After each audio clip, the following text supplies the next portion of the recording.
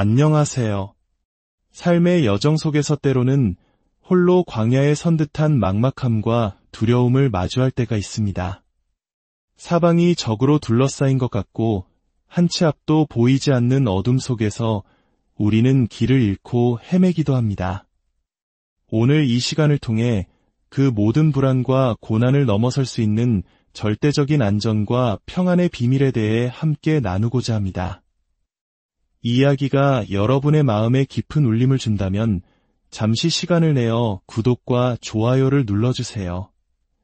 여러분의 작은 행동 하나가 지금 이 순간 절실히 위로가 필요한 또 다른 누군가에게 이 희망의 메시지를 전하는 귀한 통로가 될 수 있습니다. 여러분의 나눔 위에 하나님의 크신 은혜가 함께하기를 기도합니다. 오늘 우리가 나눌 이야기의 중심에는 예수님의 주되심이라는 개념이 있습니다. 이 시대 하나님의 사람들 안에서 가장 크게 도전받고 있는 것이 바로 이 예수님의 주되심에 대한 믿음입니다. 주님의 주되심이란 마치 거센 비바람 속에서 우리를 안전하게 지켜주는 견고한 우산과 같습니다. 그 우산 아래 있는 한 우리는 세상의 어떤 풍파에도 흔들리지 않는 완전한 보호를 받습니다. 그러나 우리가 스스로의 생각과 판단을 따라 그 우산 밖으로 한 걸음이라도 나아가는 순간 우리는 세상의 온갖 시련과 공격의 무방비로 노출됩니다. 주님을 바라보는 사람, 그분의 임재 안에서 살아가는 사람은 세상 사람들과는 전혀 다른 방식으로 살아갑니다.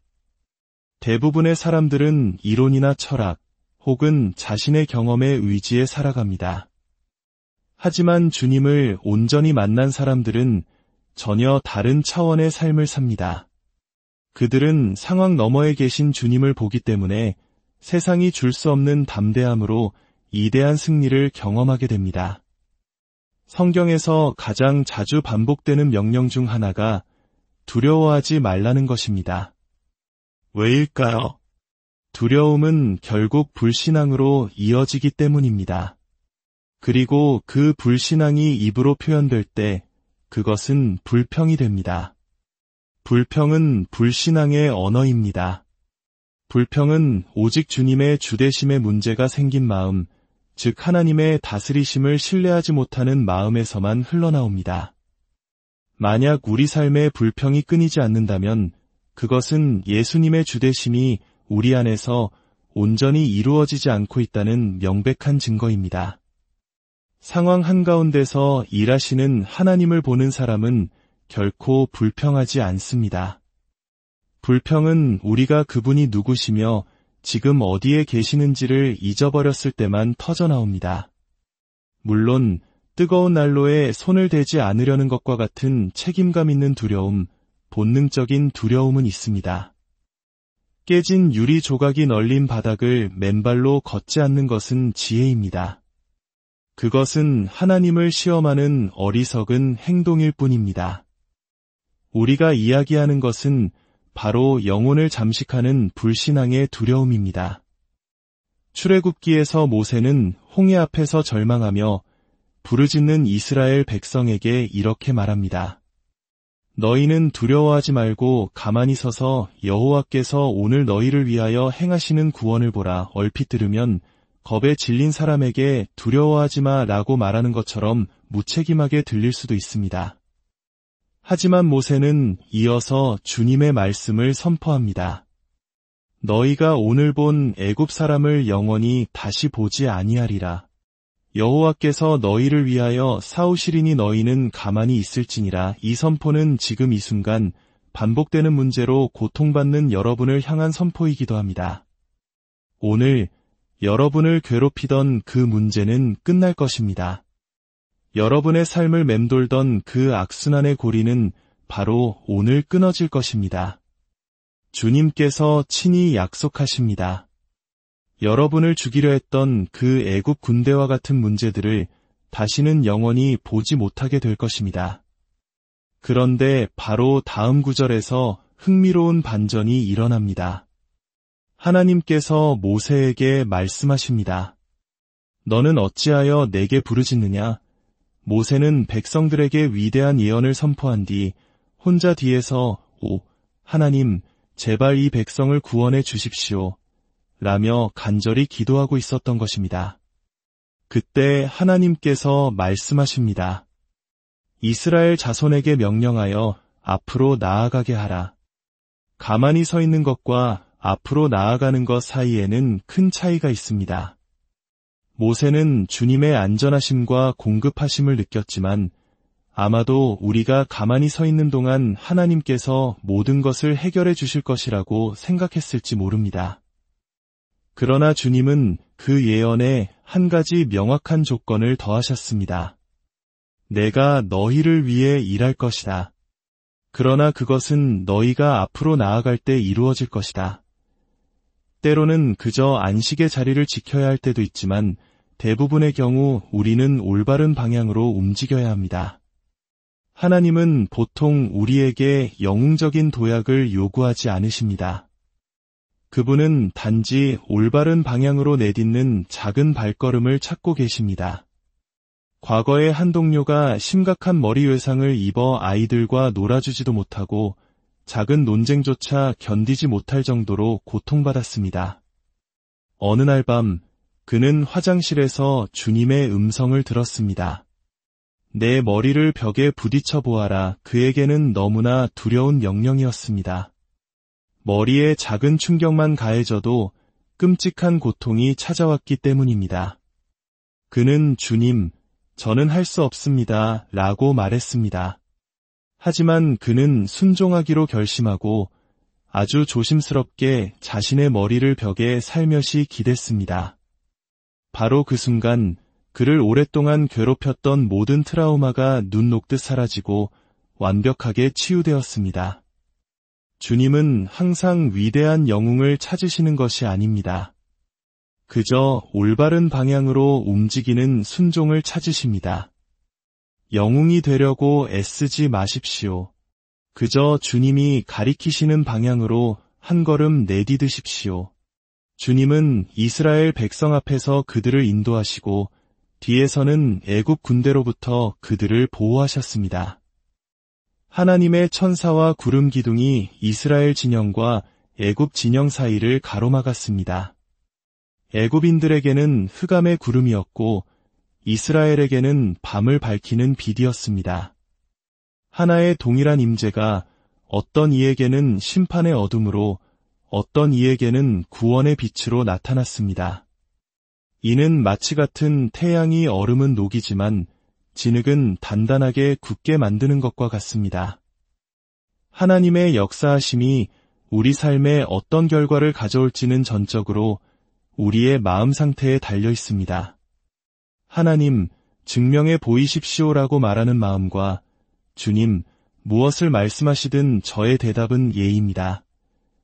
라고 고백하는 마음은 하늘과 땅 차이입니다.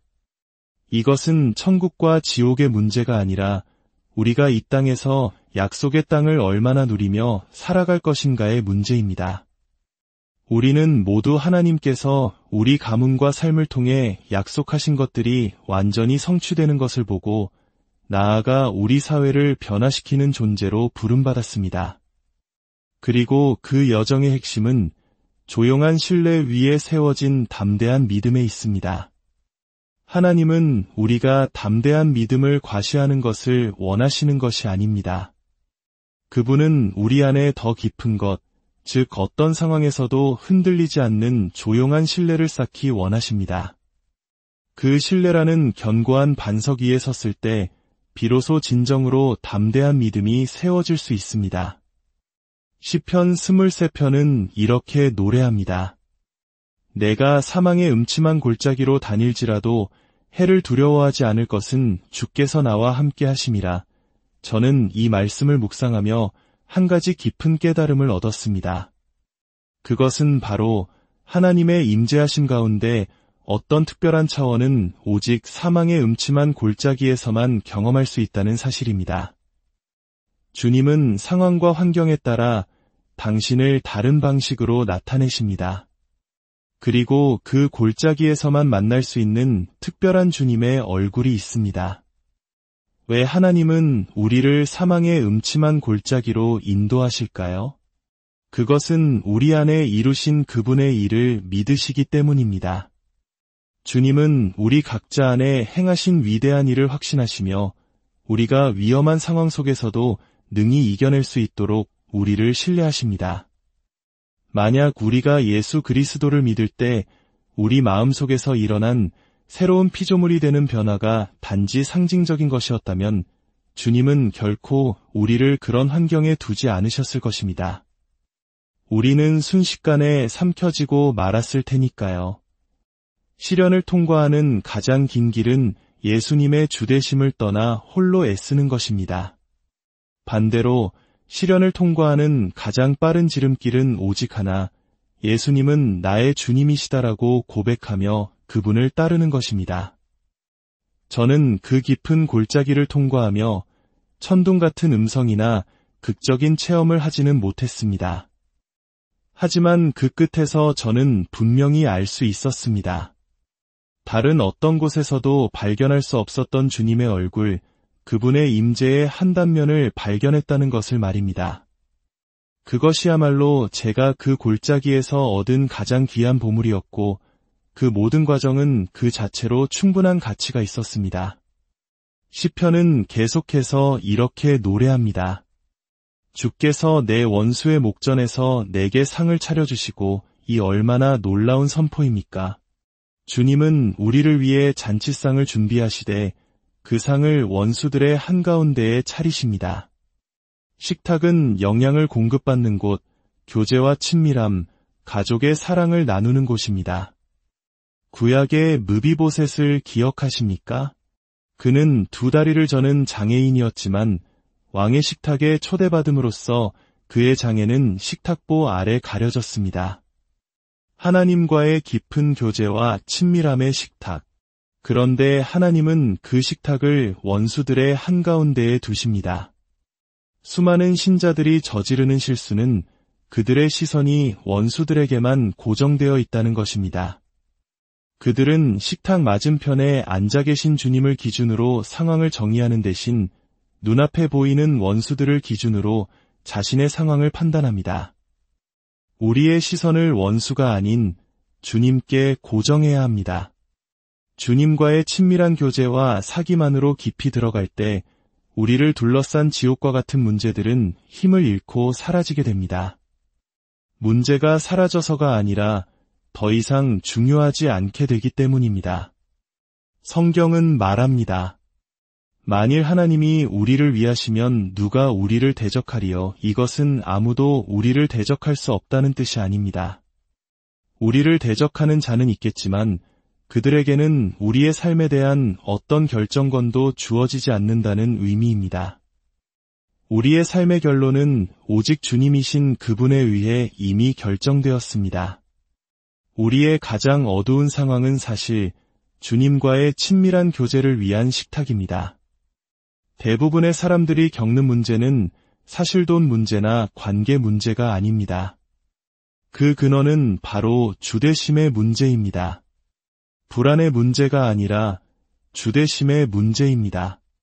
부드러운 순종의 자리에서 떠나 스스로 문제를 해결하려고 할 때 우리는 작은 문제를 태산처럼 부풀리게 됩니다.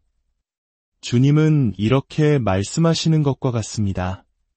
내가 이미 너를 위해 승리를 예비해 두었다. 그것을 증명하기 위해 나는 너를 어두운 골짜기로 인도할 것이다. 그리고 그곳에 도착하면 나와 너 단둘만을 위한 잔치상을 차릴 것이다. 이것은 마치 우리가 예수님 사랑합니다 라고 고백할 때마다 하나님께서 그 고백을 악마의 스피커로 온 세상에 방송하시는 것과 같습니다. 사탄은 우리의 친밀한 사랑의 고백을 들을 수밖에 없습니다.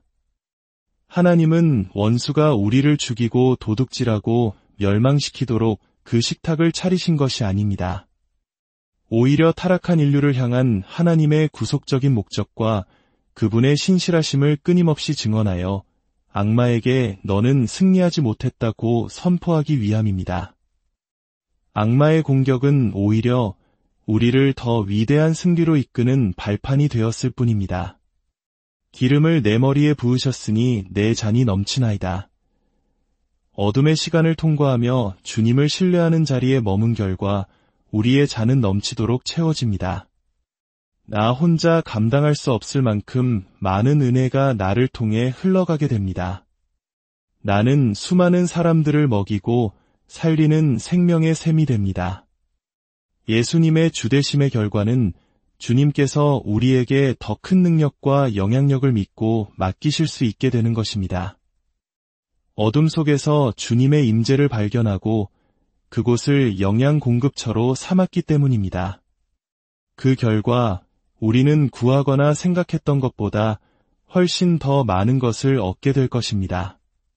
당신의 잔이 넘쳐 흐를 것입니다.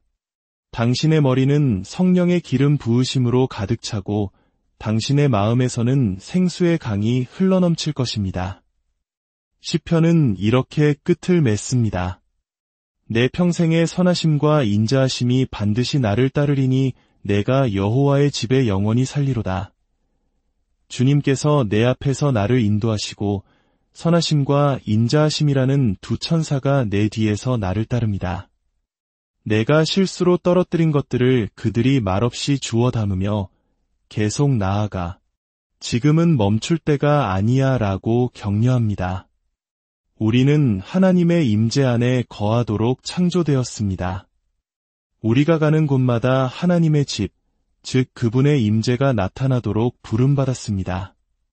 결핍의 사고방식은 이제 버려야 합니다. 결핍감은 진리가 아니라 두려움이 낳은 산물일 뿐입니다. 나는 사망의 음침한 골짜기를 지나고 있을지 모르지만 결코 결핍에 묶인 자가 아닙니다. 나는 과정 중에 있는 사람입니다. 우리는 결과를 좋아하지만 하나님은 과정을 기뻐하십니다. 우리는 기적과 돌파라는 최종 결과물을 원하지만 그분은 그 모든 여정 속에서 우리가 당신을 신뢰하는 법을 배우기를 원하십니다. 내가 여호와의 집에 영원히 살리로다. 이것은 영원히 교회 건물에만 머문다는 뜻이 아닙니다. 우리가 어디를 가든 주님의 임재 안에 끊임없이 거하며 살아간다는 의미입니다. 진정한 싸움은 바로 예수님의 주되심을 둘러싼 싸움입니다. 이스라엘 백성은 광야에서 하나님의 풍성함을 경험할 때는 크게 기뻐했지만 목이 마르거나 모세가 산에서 늦게 내려와 불안해지자 금송아지를 만들어 숭배했습니다. 하나님의 약속 대신 스스로 다른 해답을 만들어낸 것입니다. 우리도 불안하고 초조해질 때 금송아지 우상을 만들지는 않더라도 하나님의 약속과는 정반대되는 우리만의 해결책을 만들어내곤 합니다. 사랑의 아버지를 온전히 신뢰하는 대신 당장의 문제를 해결해줄 임시방편에 의지합니다. 야고보서는 말합니다. 내 형제들아 너희가 여러 가지 시험을 당하거든 온전히 기쁘게 여기라. 이는 너희 믿음의 시련이 인내를 만들어내는 줄 알미라. 내가 원하지도 구하지도 않았던 시련 앞에서 금식하고 기도해도 상황이 나아지지 않는 그 순간에도 하나님의 선하심과 신실하심을 진정으로 기뻐하며 찬양하는 그 좁은 문으로 들어갈 때 놀랍게도 원수는 무장해제됩니다. 나를 공격하던 무기가 더 이상 효력을 발휘하지 못합니다. 왜냐하면 내가 나 자신을 예수님의 주되심에 온전히 내어드렸기 때문입니다. 예수님의 주되심은 세상에서 가장 놀라운 것입니다. 우리는 그저 그분께 항복함으로써 그 모든 것을 누릴 수 있습니다. 이것은 우리 모두의 여정입니다. 아직 아무도 완성에 이르지 못했습니다. 그러나 우리는 날마다 배웁니다. 아닙니다. 주님이 나의 주인이십니다. 주님의 방식, 주님의 생각, 주님의 마음, 주님의 관점을 원합니다. 내가 주님께 영향을 미치려는 것이 아니라 주님께서 나를 다스려 주시기를 원합니다. 사랑하는 여러분, 예수님의 주되심 아래 거하는 삶을 선택하십시오. 그것은 모든 것을 포기하는 패배가 아니라 진정한 안정과 평안, 그리고 넘치는 생명을 얻는 유일한 길입니다. 여러분이 걷는 모든 걸음 위에 주님의 선하심과 인자하심이 늘 함께하기를, 그리고 여러분의 잔이 항상 넘치도록